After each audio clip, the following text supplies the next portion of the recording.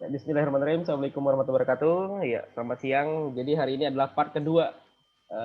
Ini adalah kelompok terakhir. Materinya adalah property getter, setter, dan auto implement ya.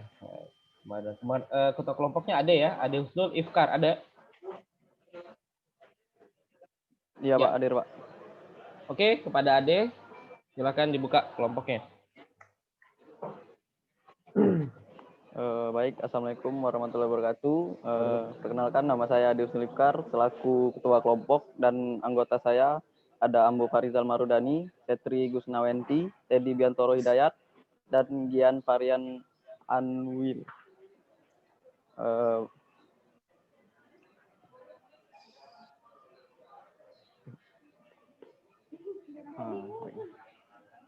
Baiklah, ini definisi dari materi kelompok kami. Ada property getter, setter, dan auto implemented.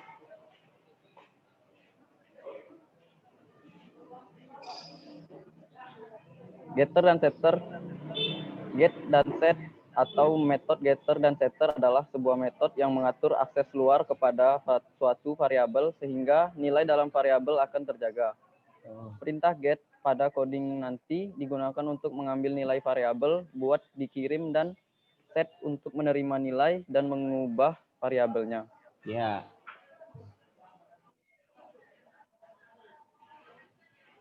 Di samping adalah contoh penerapan getter dan setter pada sisap. Kelas persegi, private integer rusuk persegi, public integer rusuk persegi, set rusuk persegi sama dengan value, get, return rusuk persegi.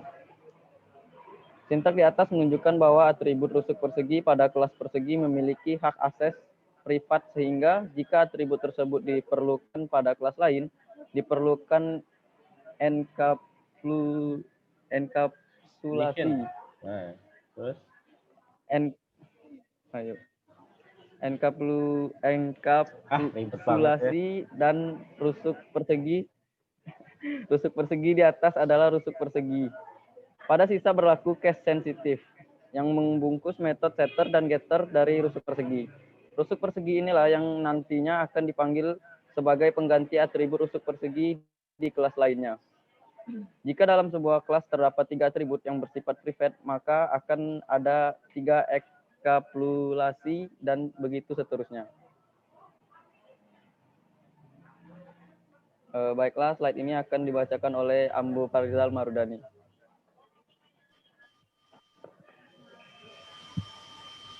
Auto implemented properties adalah properti yang diimplementasikan secara otomatis membuat deklarasi properti lebih ringkas jika tidak ada logika tambahan yang diperlukan dalam mengakses properti. Juga mengaktifkan kode klien untuk membuat objek saat Anda mendeklarasikan properti seperti ini.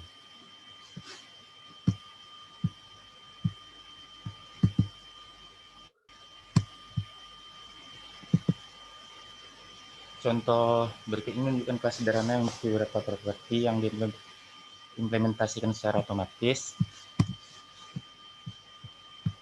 Di sini, kelas ini bisa berubah datanya dimodifikasi dari luar kelas. Terus, di bagian public double total pure hash, public string name, ini properti yang diimplementasikan secara otomatis untuk get and set. Di bagian total purchase sama dengan purchase itu konstruktor atau konstruksinya. Di public string get kontak info, return kontak info metodenya, dan di bawahnya ada kelas program. Ini ada additional method, events, dan lainnya. Jika kita ingin membuat objek baru, di sini kita bisa membuatnya dengan customer card satu new customer, modif property untuk modif propertinya, dan Anda tidak dapat mendeklarasikan properti yang diimplementasikan secara otomatis di antarmuka. Properti yang diimplementasikan secara otomatis mendeklarasikan bidang distance, mendeklarasikan properti dalam antarmuka tanpa menentukan isi, mendeklarasikan properti dengan pengakses yang harus diterapkan oleh setiap tipe yang mengimplementasikan antarmuka itu. Memperluas sedikit, ini digunakan untuk mempermudah memiliki variabel private di kelas, tapi memungkinkan untuk terlihat di luar kelas tanpa mengubahnya, dan keuntungan lain auto-implemented properties. Anda dapat menggunakannya di antarmuka yang tidak mengizinkan variabel anggota apapun. Dengan properti normal, Anda dapat melakukan sesuatu seperti ini.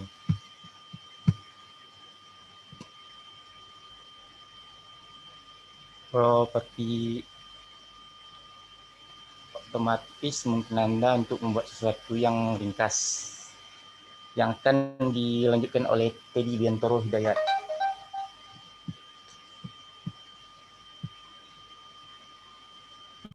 Properti otomatis.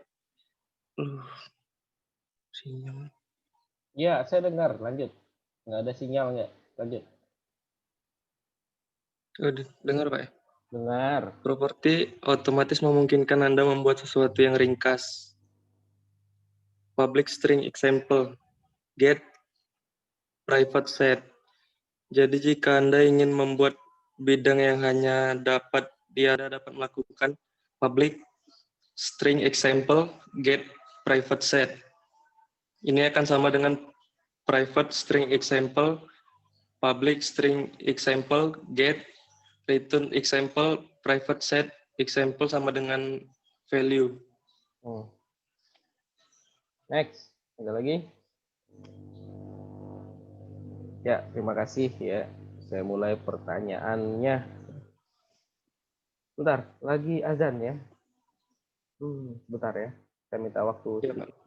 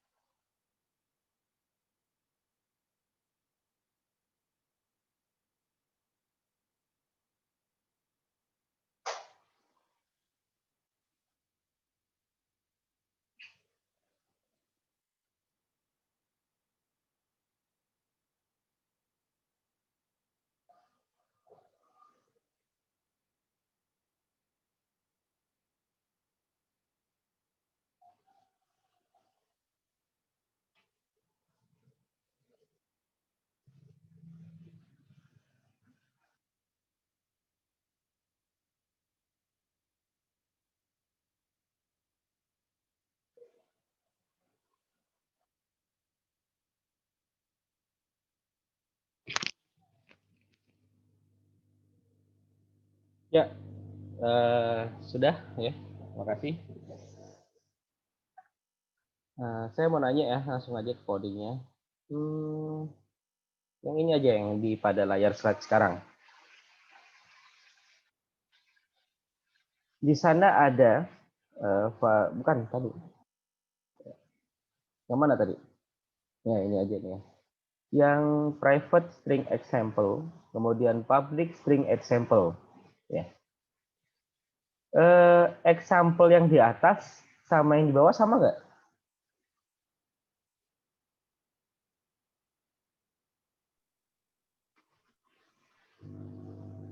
Beda, Pak. Beda.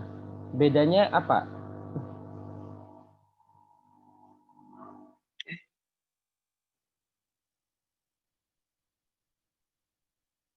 Bedanya apa?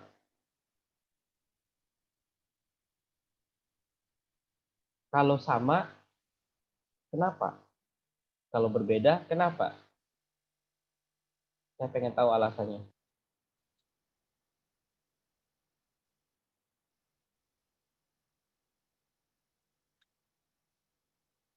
Ayo, apa? Waduh, sudah rame orangnya ya.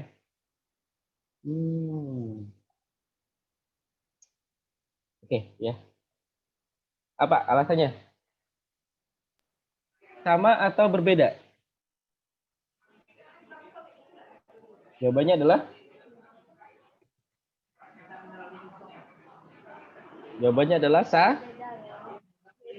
Sama, Pak. sama. Jawabannya Sama, Pak. mau aja Itu digiring. kayaknya ada yang salah penulisan, Pak. Oh, salah penulisannya. Wah, bahaya nih ya. Penggiringan opini ya hajar aja ya. Jadi jawabannya sah. Beda, Pak. Lah, tadi saya bilang sama. Jawabannya sah. Yang di bawah kayaknya privat, Pak. Bukan publik, Pak. Coba perbaikin. Kalau misalnya ada kesalahan, perbaikin. Private itu tetap private atau public?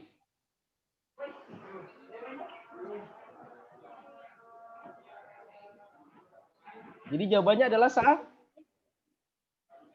Beda. Waduh ya. Beda. Kenapa beda? Berarti yang example di atas adalah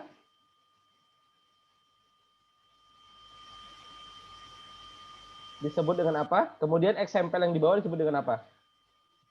Kenapa berbeda? Kenapa nggak sama? Itu E kecil dan E besar tuh tipe ya? Salah penulisan ya itu ya? Kayaknya salah penulisan kan ya? Iya, Pak. Salah penulisan, Pak. Iya, salah penulisan. Iya. Belum Pak, terlalu semangat kemarin buat. Oh iya. Berarti ini salah penulisan ya? Jawabannya sepakat dulu, memang salah ya? Berarti jawabannya sama dong. Waduh, nggak belajar kalian ya. Kemudian di situ ada get return example. Kenapa get itu di return? Dan kenapa si set itu ada value di sana? Kenapa get-nya kita value? Kenapa nggak kita tukar aja? Get kita value, set kita return. Boleh nggak seperti itu?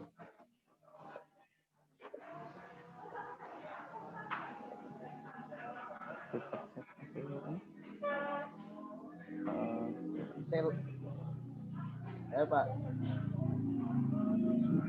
Jawabannya Bo? Boleh nggak jawabannya Bo?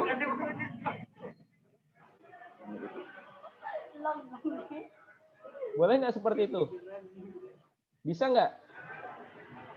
Jawabannya bisa. Pak.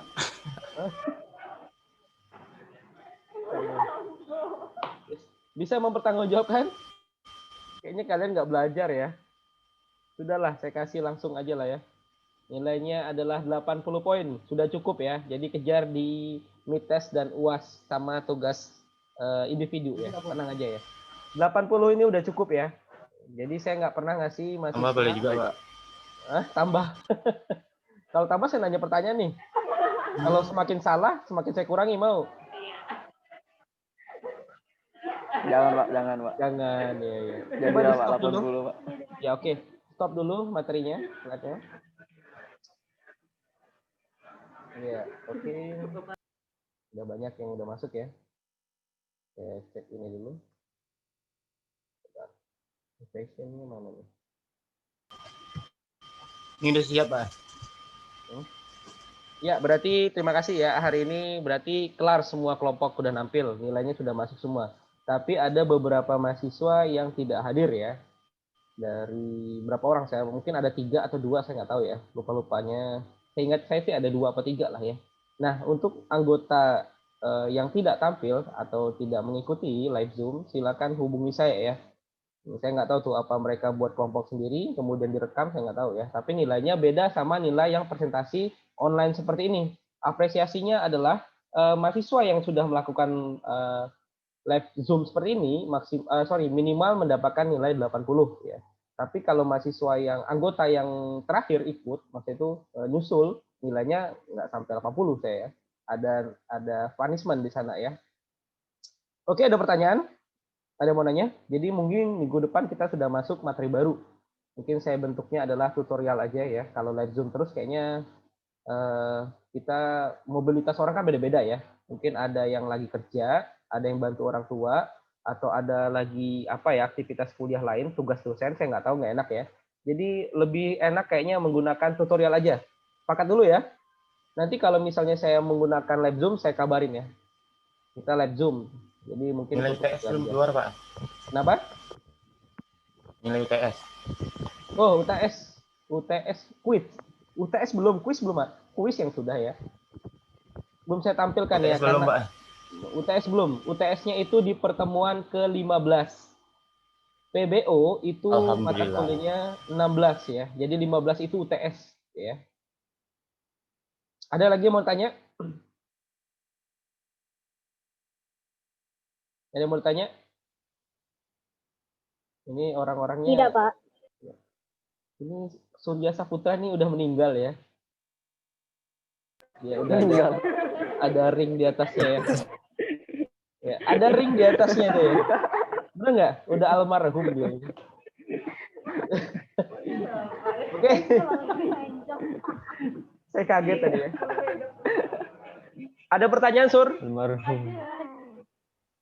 Ada yang nanya nggak, Sur? UTS sama UAS sama UAS dekatan, Pak? Apa beda? UTS dan UAS berbeda ya. Jadi kalau UTS-nya itu di pertemuan ke-15, UAS-nya itu di Edmodo. Nanti ada dijadwalkan sesuai nggak kampus ya. Jadi misalnya kita tanggal berapa, kita ngikutin aja jadwal mereka. Dan UAS itu tidak ada rentang waktu. Biasanya kan kalau kuis dan meet ada rentang waktu 7 hari ya, 7 minggu boleh mengerjakan. Tapi saat UAS itu misalnya dimulai di tanggal hari Senin jam 10 ya wajib datang jam 10. Setelah lewat dari jam 10 sampai 12 itu nggak ada lagi secara otomatis di-cut, nggak bisa mengikuti UAS, seperti itu aja. Nanti sebelum sebelum UTS nanti saya kabarin lah ya, 2 minggu sebelum UTS. Soalnya nggak gampang, paling ngoding lagi ya. Ada pertanyaan lain? Udah, Pak. Itu. Ada. Silakan, saya kasih waktu 3 menit. Kira-kira mau nanya apa? Bubble, kamu mau nanya nggak? Pak, ini Pak, jadi saya ingin bertanya yang buat yang nggak nampil nih suruh japri Bapak langsung aja, Pak. Iya, benar. Jadi suruh dia japri saya. Saya juga nggak tahu nih, apakah mereka nanti saya suruh buat kelompok sendiri, kemudian direkam ya. Saya belum tahu nih ya. Yang jelas mereka harus mempunyai nilai sendiri ya. Nilainya nggak sama dengan nilai yang presentasi secara online di live Zoom ya. Nanti mungkin nilainya range-nya adalah dari 70 sampai 75 ya. Berbeda sama yang sudah nampil secara seperti ini ya. Walaupun cuma membacakan coding ya sudah lah, nggak apa-apa ya. Kemudian saya tanya jawabannya sama, padahal berbeda ya. Mau aja digiring opininya ya. Ada pertanyaan? Yang lain? Nggak ada, Pak. Pak, Nggak saya ada, ingin ya? bertanya. Silakan, siapa yang mau nanya Pak, nih? halo. Ya, siapa? Cek. Silakan. Kalau tahun depan itu kuliah offline-nya jadi ya, Pak? Nah, semoga ya. Saya kurang Tahun depan. tahu nih. Ya, jadi semoga berdoa aja ya, karena kan kita mau rilis itu ya, vaksinasi ya. Jadi kalau memang semuanya dijadwalkan berhasil, tidak ada masalah, ya kita tetap muka ya di semester depan. Tapi bisa jadi tidak ketemu sama saya ya. Karena saya itu dosennya mengampu struktur data, algoritma, kemudian PBO, IT entrepreneur, dan multimedia. Jadi mungkin semester ini memang ketemu sama saya, semester depannya nggak akan ketemu lagi untuk TI. Kalau SI sering ketemu sama saya. Ada lagi yang lain? Wah, kalau Pak, Ya, Ambo. mau bertanya, Pak. Ya, Bu. Soal bahasa pemrograman. kenapa tidak pakai JavaScript Pak di Stikom? Sementara di kampus lain udah banyak pakai JavaScript, kenapa kita masih susah gitu Pak? Benar. Jadi kalau ya benar, Ambo ya. Jadi kita kan ada kuliah dasar itu, kita ngomongin flashback ya. Semester 1 ada namanya algoritma, benar kan?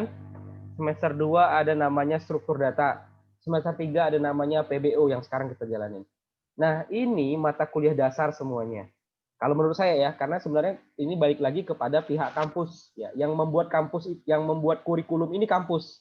Jadi saya hanya mengikuti kemauan kampus. Jadi mereka menggunakan bahasa C#, ya saya ikuti. Kemudian saya misalnya berubah lagi menjadi Java, ya saya ikuti. Pertimbangan saya algoritma, struktur data dan PBO, saya anggap ini kan bahasa pemrograman yang paling dasar dulu ya, sebelum kalian masuk ke PHP ataupun Java atau web yang lain-lain ya. Jadi ini mungkin dianggapnya adalah bahasa dasar, bahasa sederhana, jadi menggunakan C# aja cukup, saya pikir seperti itu. Kalau pertanyaan spesifiknya kenapa, ya itu tergantung pihak kampus ya, saya ngikuti kurikulum aja. Jadi yang menentukan ini bukan dosen yang menggunakan, oh kamu wajib menggunakan C#, oh kamu wajib menggunakan Java. Itu dari pihak dosen tidak berhak ya. Oke, Ambo, jelas ya? Saya pikir karena ini dasar sekali ya.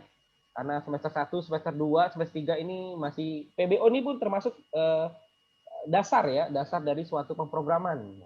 Jadi dianggap mungkin karena dasar kita cari yang program sederhana aja. Yang penting Pak, memahami algoritma ya Pak. Iya, algoritma harus dipahami. Benar. Jadi kalau bisa algoritma, bahasa pemrograman manapun ya bisa gitu. Benar sekali. Seperti itulah gambarannya. Yang lain? Tri Murni ada mau nanya. Rizky Jabar Sidik. Udah kayak rock aja ya. Ini YouTuber nih ya. Yang suka ngoper. Jambret tuh Pak, jambret. Begal ya. Salma, nanya Salma. Kemudian Sri Setia. Bubble Tio Karenina. Mau nanya? Enggak. Siapa lagi? Oke lah, kalau nggak ada pertanyaan saya tutup aja kuliahnya ya. Terima kasih semua kelompok udah nampil ya. Saya sangat apresiasi kepada kelas ini ya. Good job ya. Oke, kalau gitu saya tutup aja kuliahnya dengan ucapan Assalamualaikum warahmatullahi wabarakatuh. Selamat siang, sampai jumpa di minggu depan. Selamat siang. Selamat siang.